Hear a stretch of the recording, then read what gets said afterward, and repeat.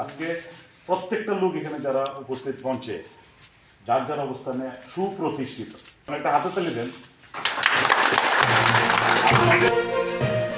সুহিলপুর ছাত্র সংসদ এর উদ্যোগে ইফতার ও দোয়া মাহফিল অনুষ্ঠিত।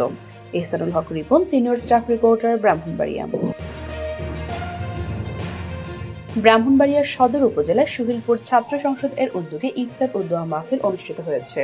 শুক্রবার 20 মার্চ 2026 রিয়াদ খান টাওয়ারে রমজানের পবিত্রতা, ভ্রাতৃত্ব ও সহমর্মিতার বার্তা ছড়িয়ে দিতে উক্ত অনুষ্ঠানের আয়োজন করা হয়। আজকের এই শেষ দিনে আমাকে দেওয়ার জন্য আমি কৃতজ্ঞতা প্রকাশ করছি।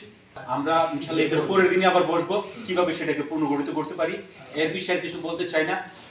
ওই দিন আমরা বিকালে বসে আমরা এর আদ্যপান্ত সবকিছু আমরা আলোচনা করব।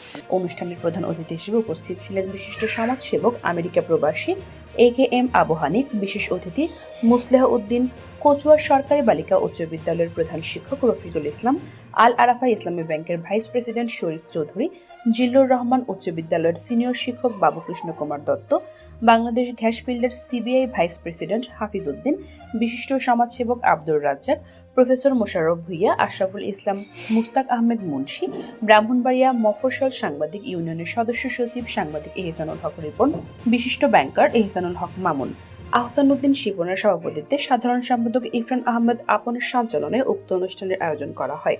তাছাড়া উপস্থিত ছিলেন সুহিলপুর ইউনিয়নের গণ্যমান্য ব্যক্তিরা।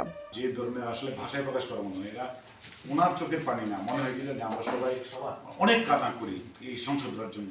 আমাদের কাছে আসলে এটা একটা প্রাণ ছিল, কলিজা ছিল এই সংসদটা, ভাষায় প্রকাশ করার মতো।